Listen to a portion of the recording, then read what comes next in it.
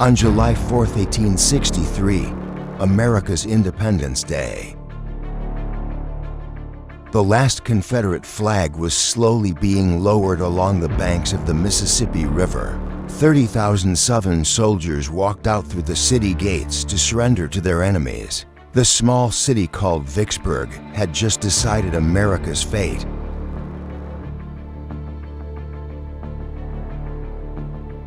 "47 days earlier, nobody believed this place would become the war's turning point. It was just an ordinary cotton port, not far from Jefferson Davis's plantation. But when the Civil War's cannons roared to life, this unremarkable little town instantly became the key to the life and death struggle. Between the nations, the North had to take it to regain control of the Mississippi River. The South had to hold it to preserve their last lifeline. The most desperate siege in history was about to begin. Vicksburg had originally been just an unremarkable cotton trading port along the Mississippi River, with its only claim to fame being its proximity to Jefferson Davis's plantation. However, when the Civil War erupted, this ordinary little town instantly became the key to determining the war's direction. Vicksburg sat perched onto 100-foot-high bluffs, overlooking a narrow horseshoe bend in the Mississippi River. This geographical position made it a natural fortress any force wanting to control the Mississippi River had to take this place. The Confederacy quickly established artillery batteries here, making it their emergency fallback position. But they never imagined this emergency position would soon become their last lifeline. In 1862, after capturing New Orleans, Admiral David Farragut continued north up the Mississippi River, riding high on victory. He assumed Vicksburg would surrender as easily as the other towns along the way. On May 18th, when he reached Vicksburg, the batteries refused to surrender, and Farragut was forced to retreat. He simply didn't have enough forces for a fight. But Farragut wasn't ready to accept defeat. On June 26th, he returned with his entire fleet and additional Marines, only to find Vicksburg's defenses had been greatly strengthened. His ineffective bombardment proved a harsh reality. Naval power alone couldn't take this fortress. Even worse, when he tried to bypass Vicksburg by digging a canal, the Mississippi River refused to flow into it. By July 24th, subtropical diseases began spreading among his sailors, and falling water levels made his situation even more dangerous. Farragut was forced to abandon the effort and return to New Orleans. Vicksburg had now become the Army's problem. Meanwhile, the Southern military was staging a farce of internal power struggles. General Joseph Johnston had just recovered from wounds sustained at the Battle of Seven Pines and was appointed commander of the Western Theater, responsible for commanding all Confederate forces between the Mississippi River and the Appalachian Mountains. But what this appointment actually meant remained unclear. Johnston could only directly command a few regiments, and President Davis never clearly authorized him to command other units.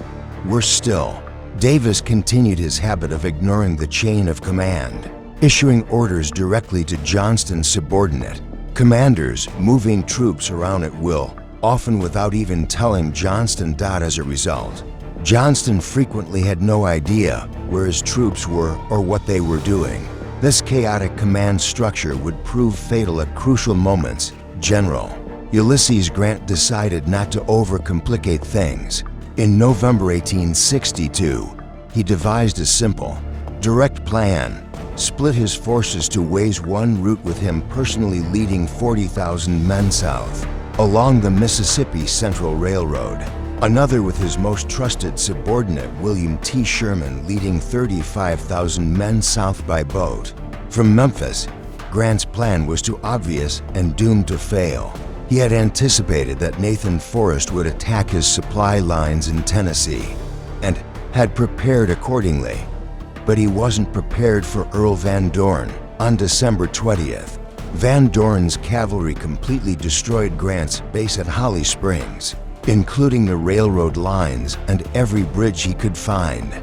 With supply and communication lines cut, Grant was forced to retreat.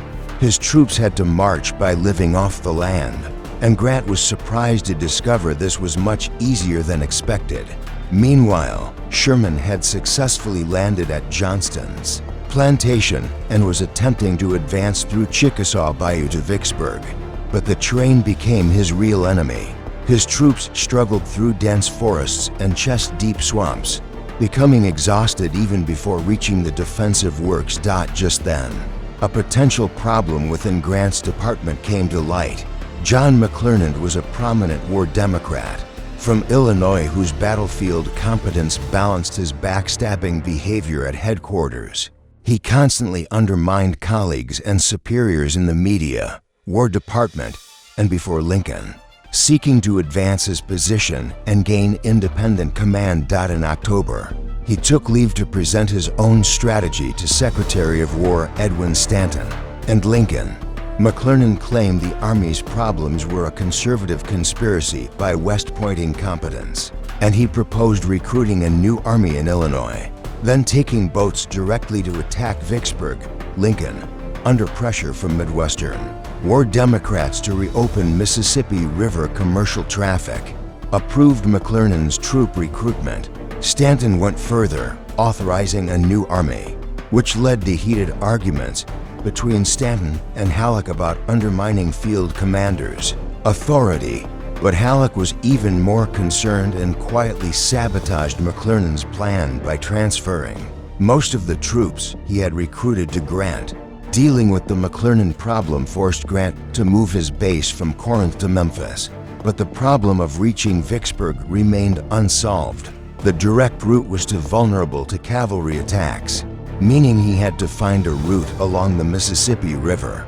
Returning to his West Point engineering training, Grant attempted 5 experiments to bypass Vicksburg. The fastest method was still the canal Farragut had abandoned, so in late January, Sherman's the 15th Corps began digging.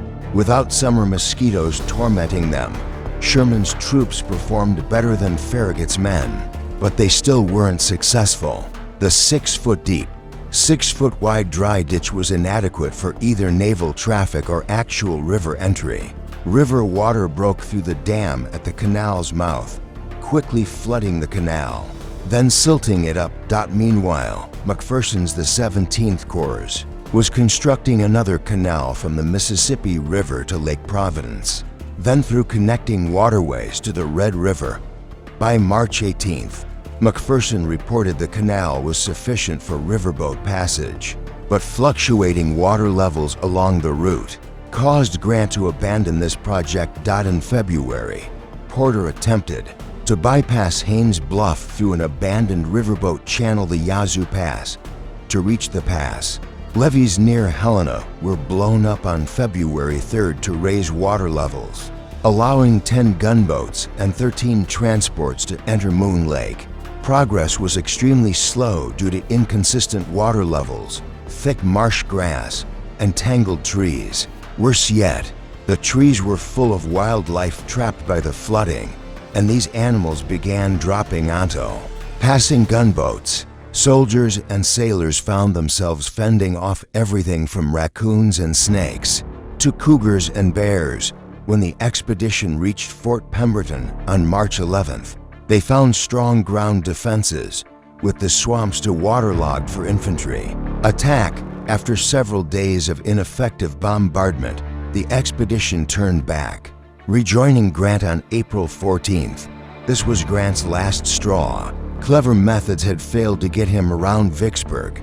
It was time to use brute force. After sufficient time surveying Vicksburg's river defenses, he concluded that the high bluffs were actually a weakness, because the cannons couldn't depress far enough to hit the nearest third of the river. Therefore, transports could sail directly under the guns and survive. After convincing Porter to attempt this venture, Grant planned a multi-pronged deception operation to mask his true intentions until the river crossing was complete. On the night of April 16th, Porter sent 7 gunboats escorting 3 transports drifting toward Vicksburg.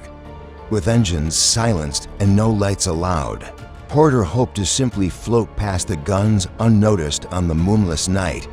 However, Confederate sentries still spotted them and sounded the alarm, interrupting a grand ball being held in the city.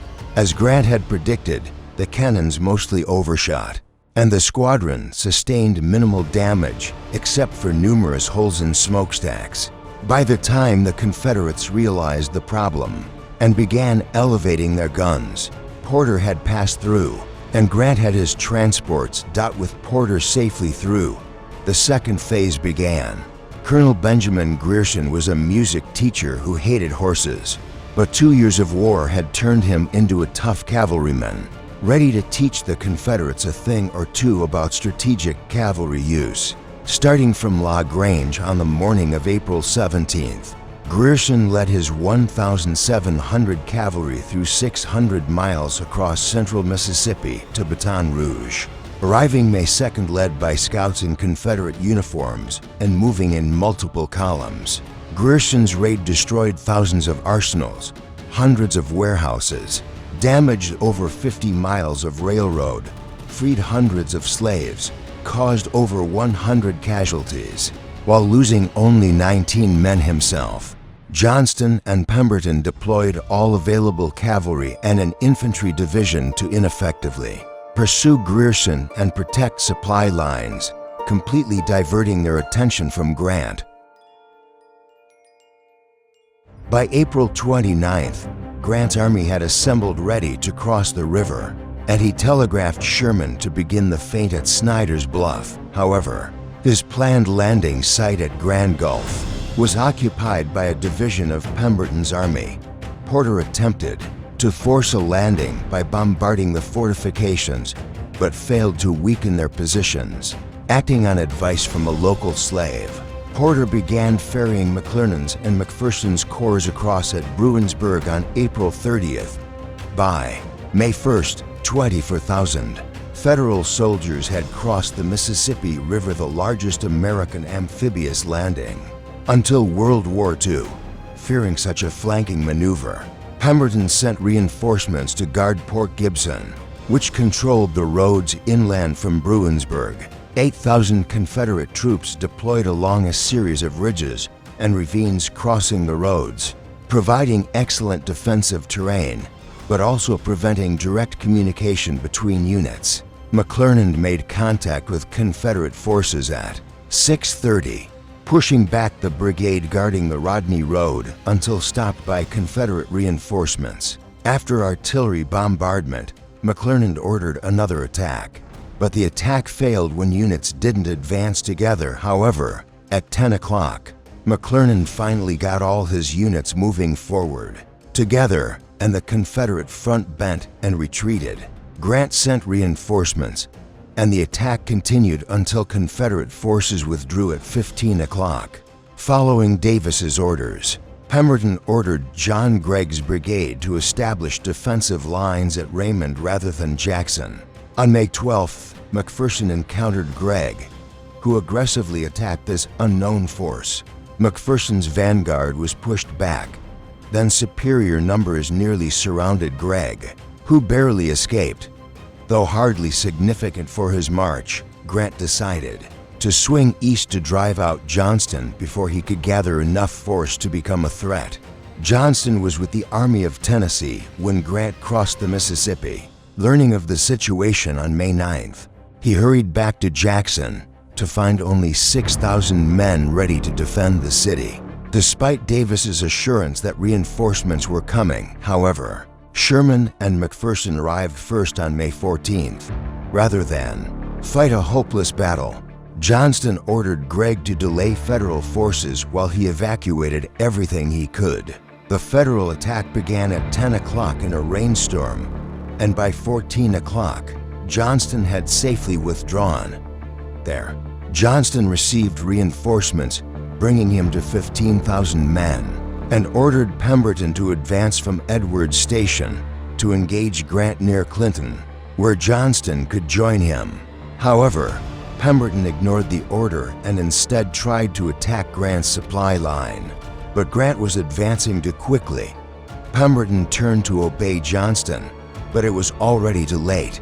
At 7 o'clock on May 16th, Pemberton's reverse march was intercepted at Champion Hill. Though his 23,000 men quickly formed strong defensive positions along ridges overlooking Jackson Creek, it didn't cover the Jackson Road around Champion Hill on the left flank. McPherson's corps was using that road, while McClernand moved along the Raymond Road toward the Confederate right dot at 11:30. McPherson engaged, and by 13 o'clock, he had broken through while McClernand was held up. Pemberton's position collapsed, and his troops fled across Baker's Creek toward the Big Black River Bridge, their only remaining escape route.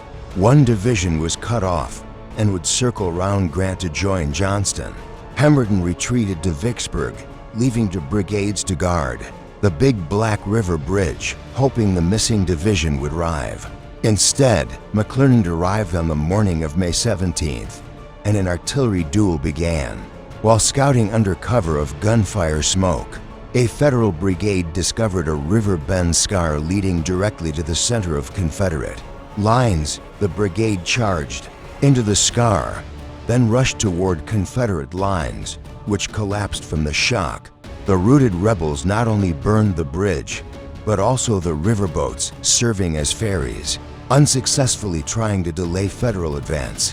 When Pemberton retreated from Haynes Bluff, Johnston knew Vicksburg was doomed and ordered him to evacuate before being trapped. However, Pemberton chose to ignore Johnston, following Davis's orders to hold Vicksburg at all costs. On May 18th, Grant arrived outside Vicksburg.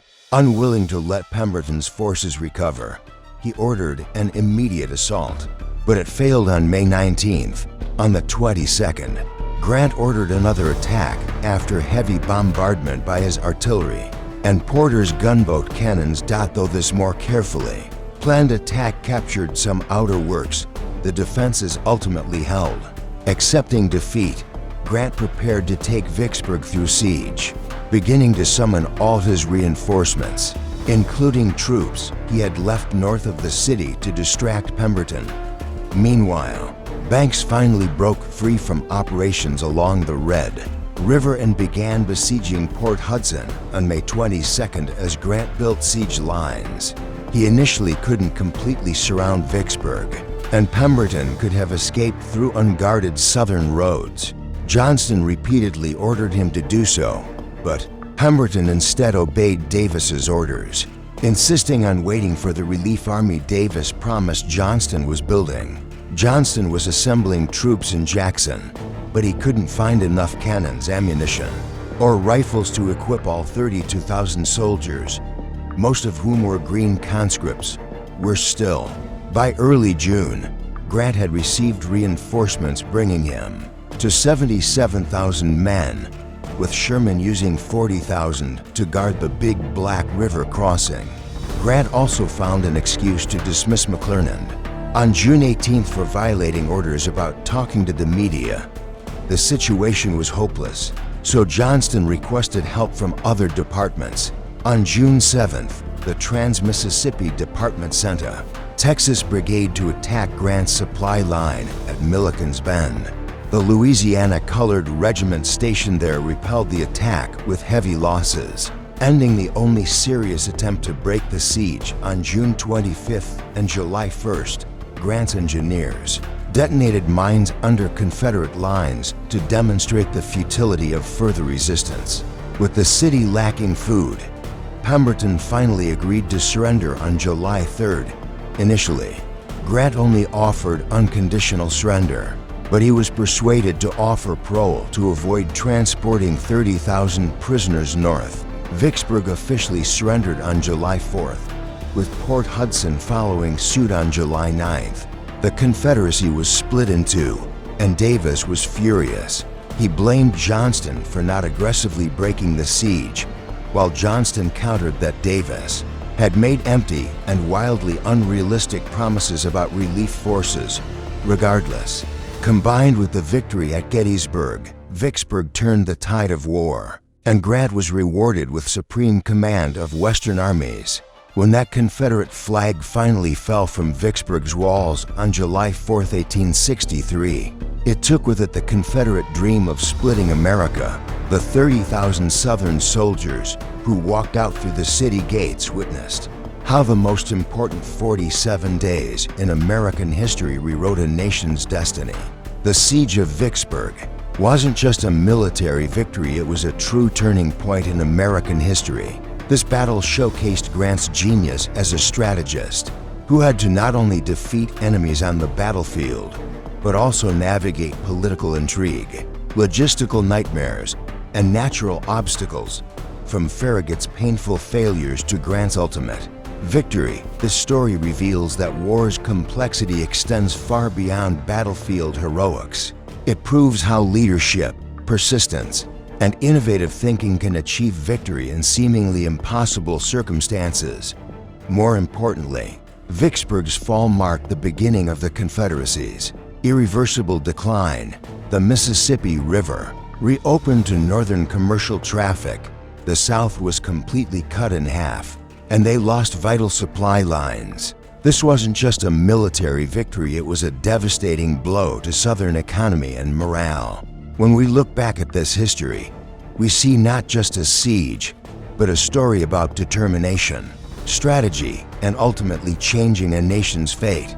This once remarkable cotton port proved through blood and fire that history's turning points often depend on individual courage and decisions, and their persistence when facing seemingly insurmountable difficulties. 40-7 days of siege changed America. When Vicksburg's gunpowder smoke cleared, a reunified nation began its new journey.